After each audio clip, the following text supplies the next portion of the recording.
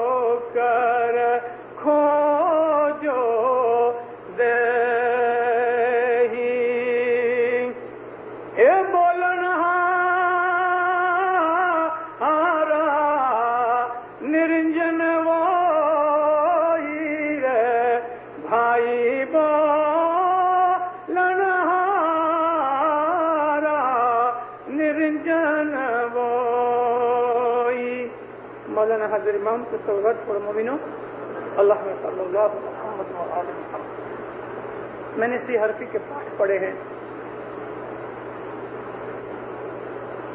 کہاں سے شروع ہوا, کہاں آ کے یہ پاٹھ ختم ہوا؟ برہم خدا کی وہ ہستی اور ذات کہ جس میں سے برہما نکلا. خدا نے سب سے پہلے برہما کو پیدا کیا. برہما حضرت نبی محمد مصطفیٰ رسول صلی اللہ علیہ وسلم ہیں. پاک نبی نے فرمایا خدا نے سب سے پہلے میرے نور کو اپنے نور سے جدا کیا.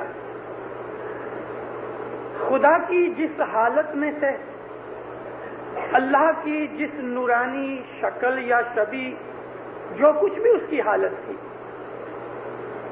اس حالت میں سے جب اس نے برہما کو یعنی نبی محمد کے نور کو جدا کیا، اس کو ہم برہم کہتے ہیں۔ اللہ کی وہ کنڈیشن برہم ہے، یعنی یہ حالت اس کی ہمارے اسلام کے حساب سے تخلیق کی حالت ہے، خلق کرنے کی طاقت، سرشٹی کی رچنا کی طاقت جو ہے، اس حالت میں جب مولا ہے اس کو برہم کہتے ہیں۔ نبی کا نور جدا ہوا، نبی فرماتے ہیں کہ اس کے بعد سرشٹی کی ہر چیز میرے نور میں سے بنی۔ اس کے لیے برہما کو سرشٹی کا سرجنہار کہا گیا۔ برہم اور برہما جدا نہیں، یہ ایک ہی چیز ہے۔ لیکن برہما اس طاقت کا نام ہے کہ جس نے ساری سرشٹی کو سرجا کیا، یعنی خلق کیا، پیدا کیا، اور اس کے بعد صرف پیدا کر کے چھوڑ نہیں دیا، ہاتھ پکڑا، سنبھال رکھی، دیکھ ریکھ رکھی، اور اس کے اوپر رحم کیا۔ رحم کیا، یہ جو رحم کی حالت برہما کی ہے، جہاں اس کی خلق کی حالت ہے کہ ماں نے بچے کو جنم دیا، تو جنم دینے سے پہلے اس ماں نے اپنے بچے کے لیے کپڑے بنائے، اس کے لیے انتظام کیا، کھانے پینے کی بوتل وغیرہ کا، یہاں تک کہ خدا نے اس کو بچہ پیدا ہونے سے کچھ ہفتے، کچھ دن پہلے اس کو دودھ بھی اتارا، دھاون چالو ہوتی ہے بچے کے پیدا ہونے سے پہلے۔ یہ برہما کی حالت ہے، یہ نبی کی حالت ہے، اسی کو ہم پیری جوت کہتے ہیں۔ سحرفی کے اندر اشارہ ہے کہ اللہ کی اس حالت کو جو برہم ہے، اس کے ساتھ تم سنگت کرو، اس کے رنگ میں تم رنگے جاؤ۔ برہم سوہنگ ست چت آنند، اس کے رنگ میں رنگے جاؤ، اس کی یاد میں مست ہو جاؤ۔